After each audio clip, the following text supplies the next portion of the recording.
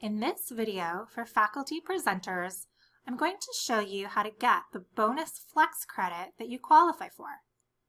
Every time a faculty member presents at an event or a workshop, such as a PD Day breakout session, an informed and inspired session, a faculty brown bag, etc., you qualify for a bonus multiplier for your flex credit. The amount of the multiplier depends on whether or not it's the first time you've presented that presentation. The first time that you present it, you get triple credit. The second time and onward, you get double credit. I'll walk you through an example when we get to that part. The first thing I'm going to do is head over to the Professional Development and Learning website. From the main El Camino homepage, I'm going to click on the tab for faculty and staff. Then I'm going to come down and click on the link for Professional Development and Learning. Once I'm on our homepage, I'm going to click the link for Flex Information FAQs. Once this page loads, I'll go to the link for Presenter Flex Credit Form. This form is a fillable PDF, which you will fill out and then submit as the supporting documentation for an external training inside Cornerstone. Let's go over all those steps. So, in this example, I'm a faculty member who ran a breakout session during Spring PD Day called Canvas Gradebook Tips and Tricks. Then, 2 weeks ago, I repeated that session as a lunchtime workshop, and then I ran it again this past week. So I've presented this same workshop a total of 3 times, which is perfect because there's 3 rows on this form. I'm going to start by filling in the dates that I ran the workshops. The first time was on Spring PD Day, so February 13th, 2020. Now, I may decide to run it again before the end of the flex year, but for now, I'd like to just turn in my form and get my flex for the times that I've presented it so far. In this column, the event and session column, I'm going to note the type of event where I ran it. The first time was during a PD Day breakout session, and the other 2 times were during lunch and learns. Now that I've got that part listed, I'm going to type in the title of my presentation, which is Canvas Gradebook Tips and Tricks.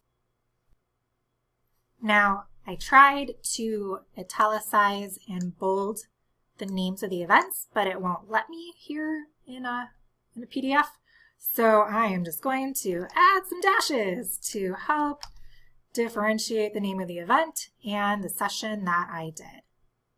Next, I'm going to fill in the times that the session ran.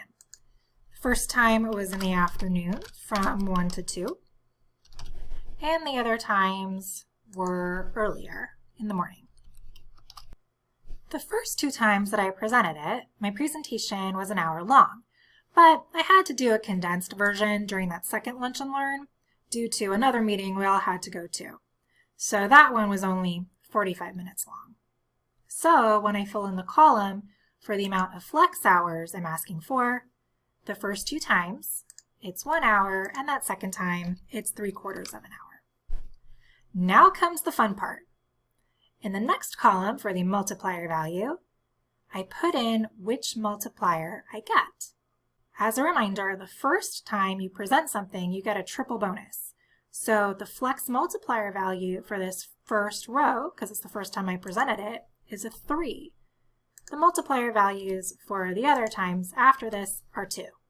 In this last column, I'm going to multiply the amount of time that the presentation lasted by the multiplier value. So for this first row, 1 times 3 is 3, so I get 3 hours of flex. 1 times 2 is 2, I get 2 hours of flex. And 0.75 times 2 is 1.5, for a total of 6.5 hours of flex. So even though my actual time spent presenting was 2.75 hours, I'm going to earn 6.5 hours of flex because of the presenter bonuses.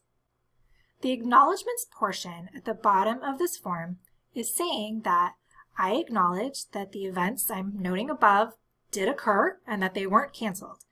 And it's also saying that I'm getting only presenter credit for this event.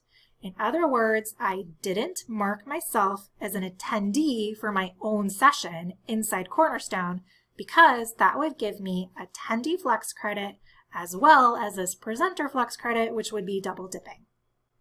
In part 2 of this video, I'm going to go over downloading this form and saving it to my computer and then submitting it as the supporting documentation for an external training.